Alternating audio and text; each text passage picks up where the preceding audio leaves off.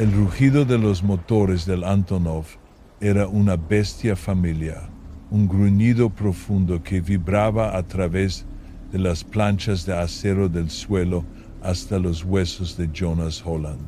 Estaba sentado, encorvado, en la cavernosa y gélida bodega de carga, una figura solitaria entre cajas de suministros amarradas. Fuera, a través del ojo de buey escarchado, no había nada.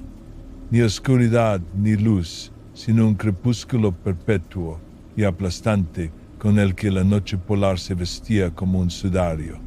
Era un vacío que gritaba, una fosa inmensa y abierta que esperaba para devorarlo. Agorafobia. Los psicólogos le habían puesto un nombre pulcro y clínico a su terror. Para Jonas era simplemente la gran blancura, el recuerdo de la nieve y el cielo infinitos, y los ojos congelados y fijos de sus hombres. A 5 minutos de la zona de salto, Hex, la voz del piloto, la voz de Silas, crepitó en sus auriculares, inquietantemente tranquila, como una piedra lisa en un torrente de ruido de motores y viento. El tiempo ha empeorado, va a ser una inserción complicada. Jonas emitió un gruñido y su aliento se convirtió en una densa nube de vaho. Tú solo ponme en el hielo, Silas, el resto corre de mi cuenta. Pasó una mano enguantada por el frío acero de su carabina M4 modificada. Su peso era un consuelo, algo sólido y predecible en un mundo que se había disuelto en el caos. Era Jonas Hex Holland, antiguo miembro del Marine Jägerkommandon, las fuerzas especiales de élite de la Marina Noruega. Un experto en combate ártico, un fantasma capaz de sobrevivir durante semanas en un infierno bajo cero. Ahora era un recluso, un superviviente caído en desgracia, que vivía en una cabaña tan adentrada en las montañas de Jotunheimen que el cielo parecía pequeño y manejable. Era un hombre que había jurado no volver jamás al hielo, y sin embargo allí estaba volando de regreso al corazón de su pesadilla, Svalbard. La razón era Lars, su hermano pequeño del que estaba distanciado, un geólogo con una genialidad tan temeraria que rozaba la autodestrucción. Lars siempre había perseguido lo imposible, lo teórico. Esta vez lo había perseguido hasta la abandonada estación de investigación geotérmica Ishheim, reactivando en secreto su energía para un proyecto ilegal de perforación profunda. Jonas le había advertido, le había suplicado que se mantuviera alejado de aquel lugar, olvidado de la mano de Dios. Lars se había reído, con su voz metálica a través del teléfono por satélite, hablando de maravillas geológicas y de abrir nuevos caminos. Luego, 3 semanas de silencio, seguidas de una única y corrupta ráfaga de datos de la baliza de emergencia de Ishheim, un fantasma digital que gritaba a través del vacío. Contenía 2 cosas. La primera era un vídeo granulado de una cámara de seguridad en bucle, una cámara en las profundidades de un pozo de perforación que mostraba una sombra humanoide masiva desprendiéndose de una pared de hielo ancestral, moviéndose con una fluidez antinatural. La segunda era un archivo de audio. La voz de Lars, despojada de toda su arrogancia académica, reducida a un susurro crudo y aterrorizado. Erik Kulden som dräper dig, det är törsten. No es el frío lo que te mata, es la sed. Aquella frase había sido un anzuelo en las entrañas de Jonas, arrancándolo de su exilio autoimpuesto. Era un acertijo absurdo y aterrador. Abriendo rampa, anunció Silas. Recuerda el trato, Hex. Entras, encuentras a tu hermano y evalúas la amenaza. Yo me quedo en un bucle de comunicaciones, en órbita alta. Si pides una extracción, allí estaré. Nada de heroicidades. Eres mis ojos y mis oídos hasta que llegue la caballería.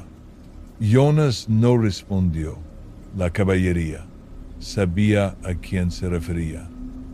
El señor Corbin Dane, el buitre corporativo de la biotecnología, que había estado financiando en secreto la expedición de Lars. A Dane no le importaba Lars, le importaba el espécimen que creía que su hermano había desenterrado, un organismo prehistórico perfectamente conservado, una potencial mina de oro para la criogenética.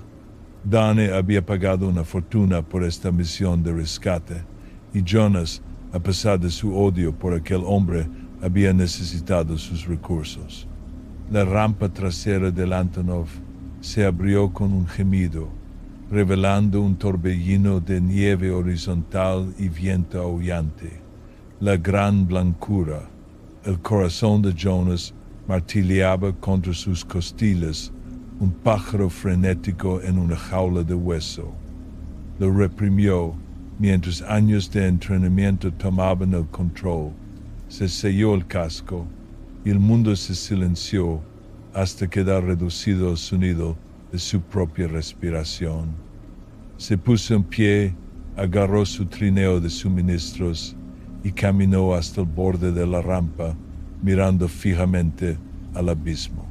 No saltó, simplemente dio un paso hacia el vacío aullante. Golpeó el hielo con fuerza, rodando con el impacto, mientras el trineo se detenía a su lado. Arriba, el Antonov ya era un fantasma, el rugido de sus motores engullido por el vendaval. Estaba solo, absoluta y aterradoramente solo en el corazón de la noche polar. La estación Ischheim era un tenue esqueleto contra la penumbra opresiva a unos pocos kilómetros de distancia, un espectro en el horizonte. La caminata fue brutal. El viento era una entidad física, un depredador que intentaba arrancarle el calor del cuerpo. Se movía con el paso bajo y firme de un oso polar, su visor térmico atravesando la nieve cegadora, pintando el mundo en extraños tonos verdes y naranjas. Este era su elemento, el frío, la oscuridad, la lucha por cada aliento. Era un infierno familiar, y en su familiaridad encontró un extraño y sombrío consuelo. La agrofobia era una bestia a su espalda, pero allí fuera la amenaza inmediata de morir congelado era una preocupación más acuciante. Alcanzó el perímetro de la estación 1 hora después. Ischheim era un monumento a la soberbia humana, una instalación de última generación medio engullida por un glaciar, construida sobre una profunda fisura de hielo. Ahora era una tumba. Los ventisqueros se amontonaban como enormes sudarios contra sus pesadas puertas blindadas. Evitó la entrada principal y encontró una escotilla de mantenimiento más pequeña que conocía por los planos que Lars le había mostrado una vez con entusiasmo. Una pequeña carga explosiva, un boom sordo, y la cerradura saltó por los aires. Se deslizó dentro, sellando la escotilla tras de sí.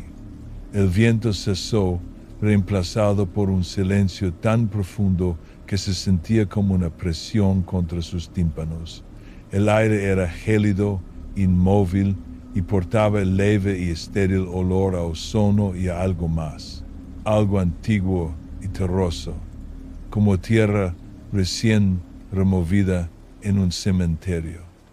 Silas, estoy dentro, susurró en su comunicador. Empiezo a registrar. Recibido, Hex, la voz de Silas era una presencia tranquilizadora. No hay señales de calor en mis escáneres. El lugar está frío como una morgue. Estás solo ahí dentro. Jonas se adentró más en la estación, con el rifle como una extensión natural de sus brazos. Los pasillos eran galerías congeladas de abandono.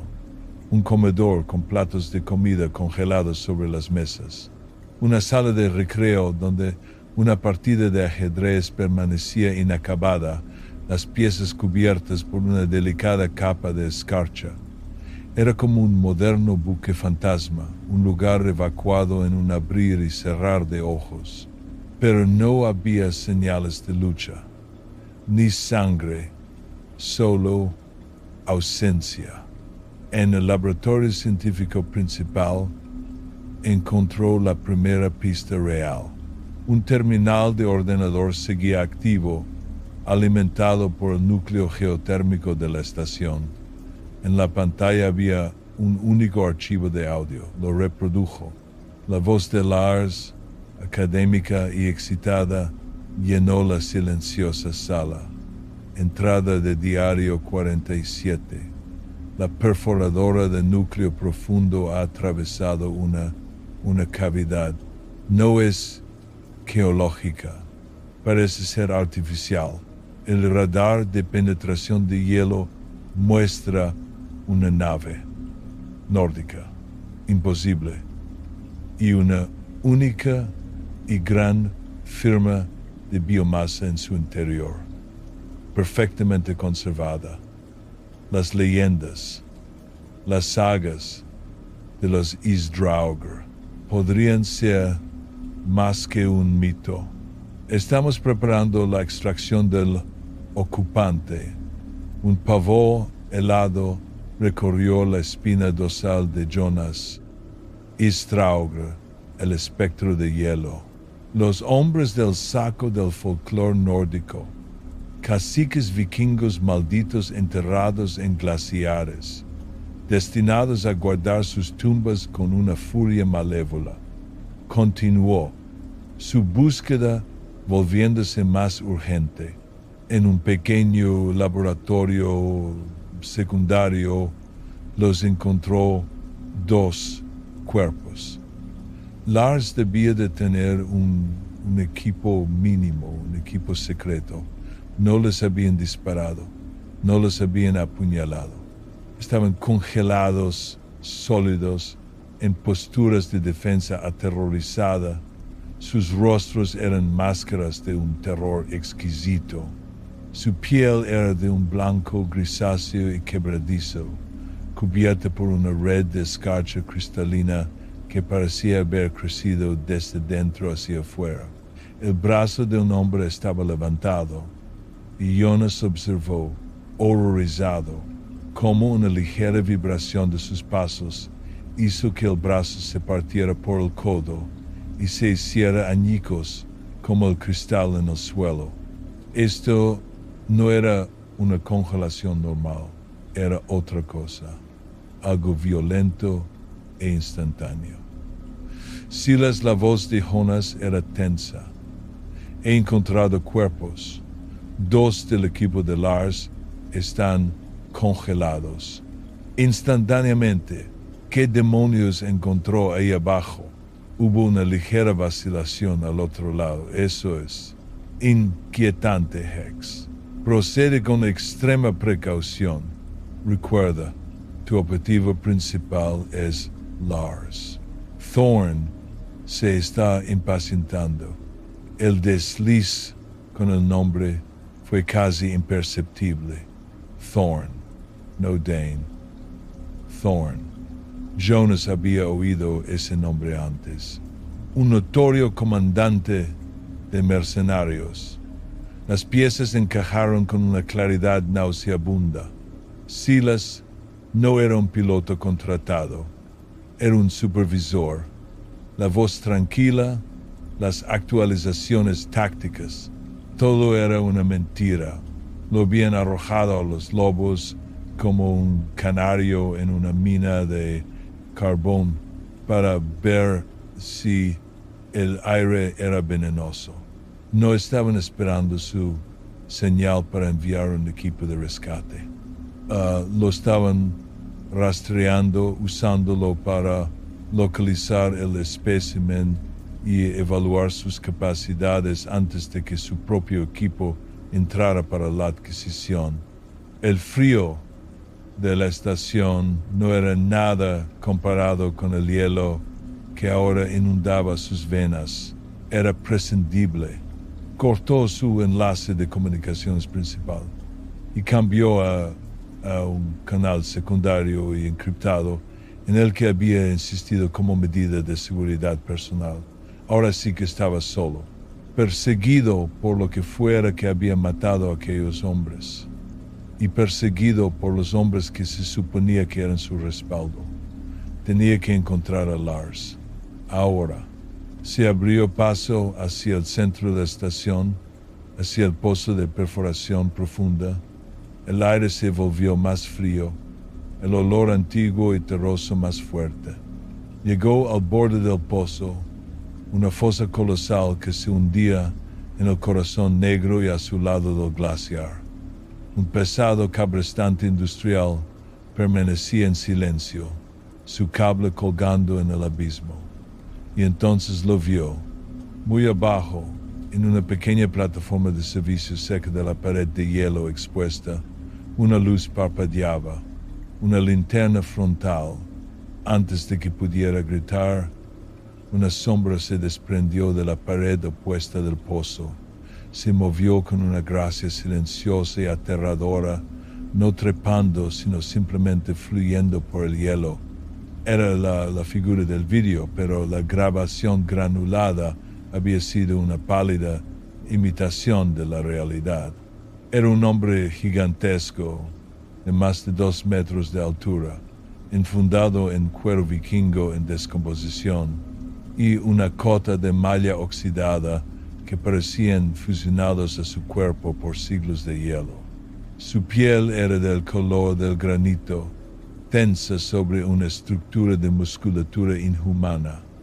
Su barba era una cascada de carámbanos afilados, y sus ojos no eran ojos. Eran 2 pozos de una luz azul, débil y fría. El fantasma cautivo de una aurora boreal ardiendo dentro de un cadáver. El Ístdrauga giró la cabeza y sus ojos brillantes se fijaron en la luz de abajo, en Lars. Jonas no pensó. Apuntó con su rifle, la mira térmica pintando al Draugr en un remolino de azules y morados gélidos. Era más frío que el hielo circundante. Disparó una ráfaga de 3 balas. Los proyectiles, diseñados para atravesar blindaje corporal, chispearon contra el pellejo congelado de la criatura como guijarros lanzados contra un acantilado. El Draugr se detuvo. La luz azul de sus ojos se intensificó. Giró la cabeza lentamente, imposiblemente, y miró directamente hacia arriba, hacia el pozo, directamente hacia Jonas. Sabía que estaba allí. Luego, con una velocidad que desafiaba su tamaño, comenzó a ascender, sus garras congeladas, encontrando agarre en el hielo puro, moviéndose como un insecto monstruoso. Jonas retrocedió, su mente gritando. Cerró de un portazo una pesada puerta de presión y la bloqueó. No aguantaría mucho. Tenía que llegar hasta Lars, pero no podía usar el pozo principal. Corrió por los vacíos laberínticos. Su conocimiento de la distribución de la estación era su única ventaja.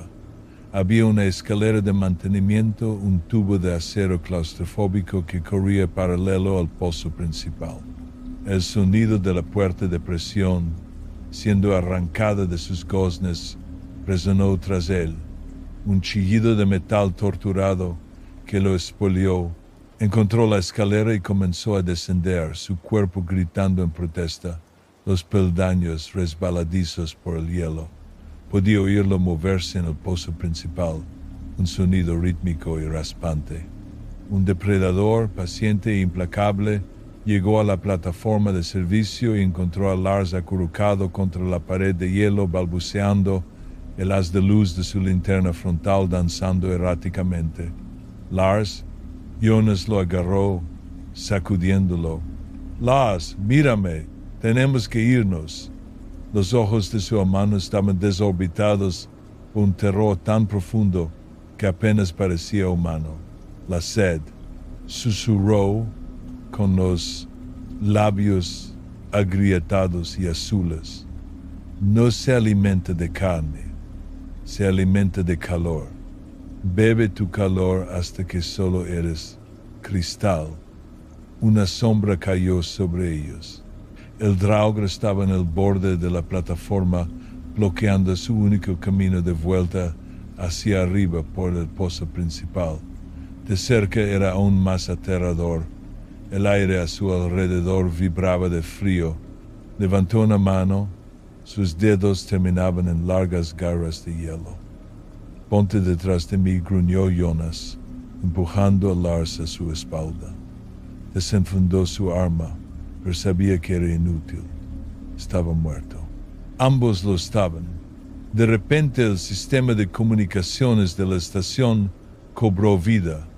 La voz de Thorn resonando por el pozo, rebosante de una autoridad engreída. Holland, impresionante, ha conseguido hacerlo salir para nosotros.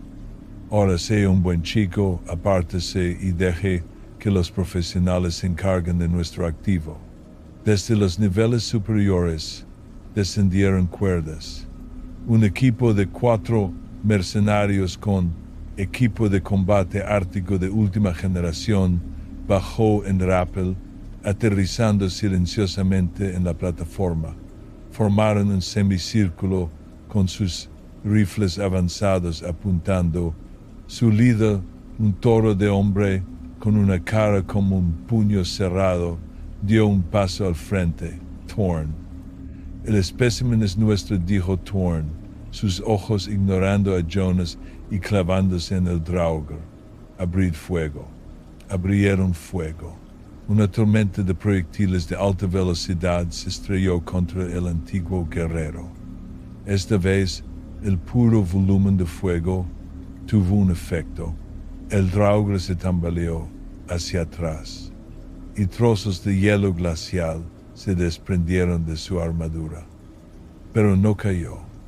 Dejó escapar un gruñido bajo, un sonido como el crujido tectónico de los continentes. La luz azul de sus ojos se encendió con furia. Con una velocidad físicamente imposible, se abalanzó. Apartó a un mercenario de un manotazo como si fuera una mosca, y su cuerpo golpeó la pared opuesta y se hizo añicos en 1000 pedazos congelados.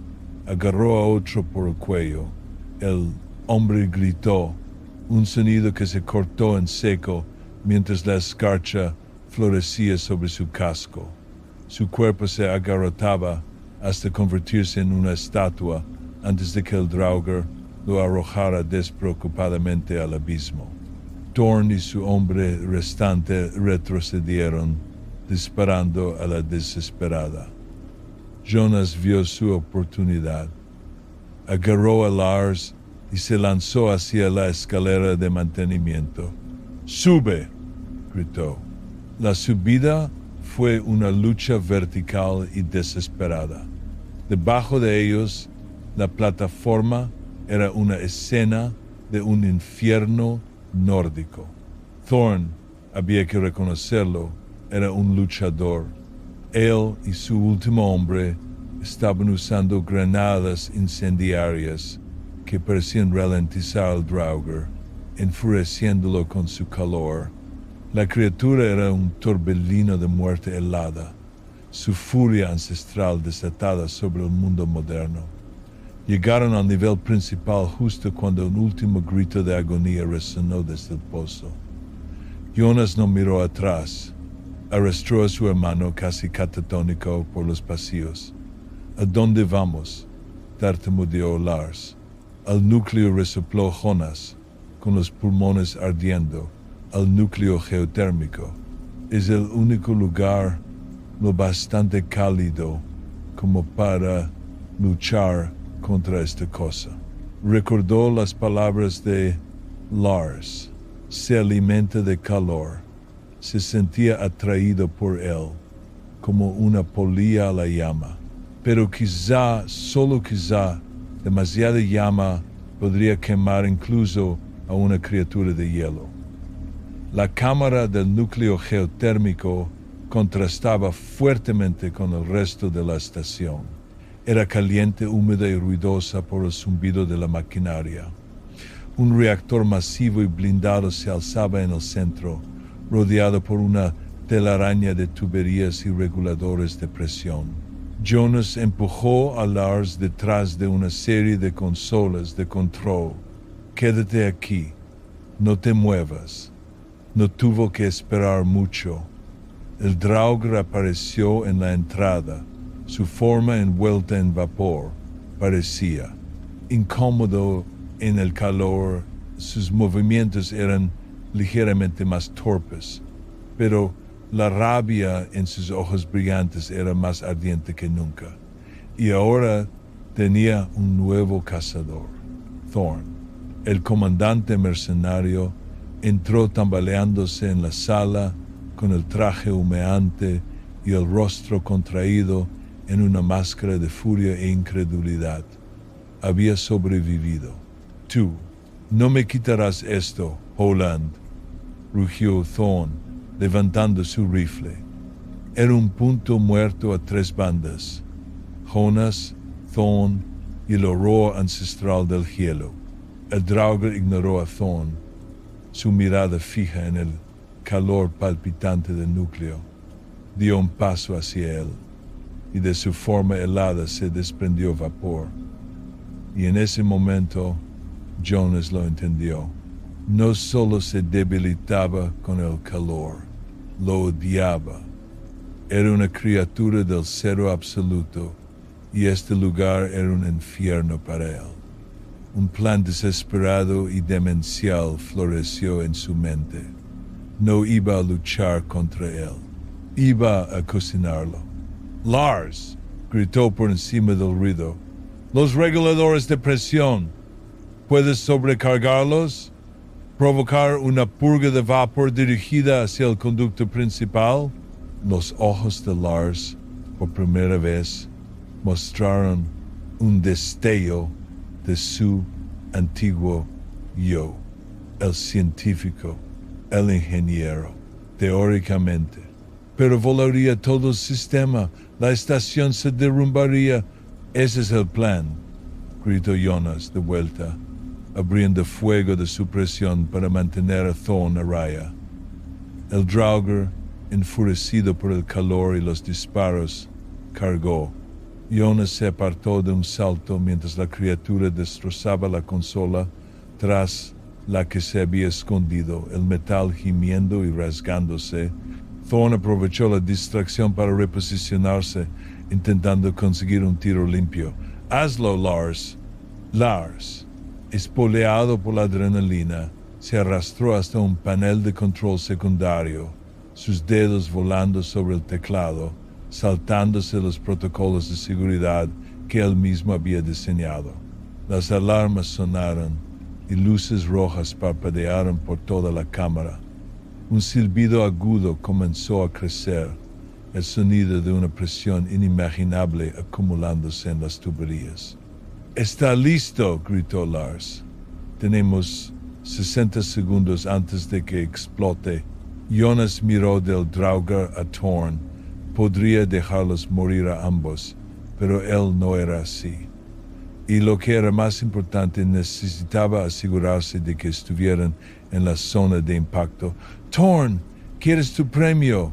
Ven a por él», lo provocó, disparando una sola bala que rebotó cerca de la cabeza del mercenario. Luego corrió hacia el conducto principal.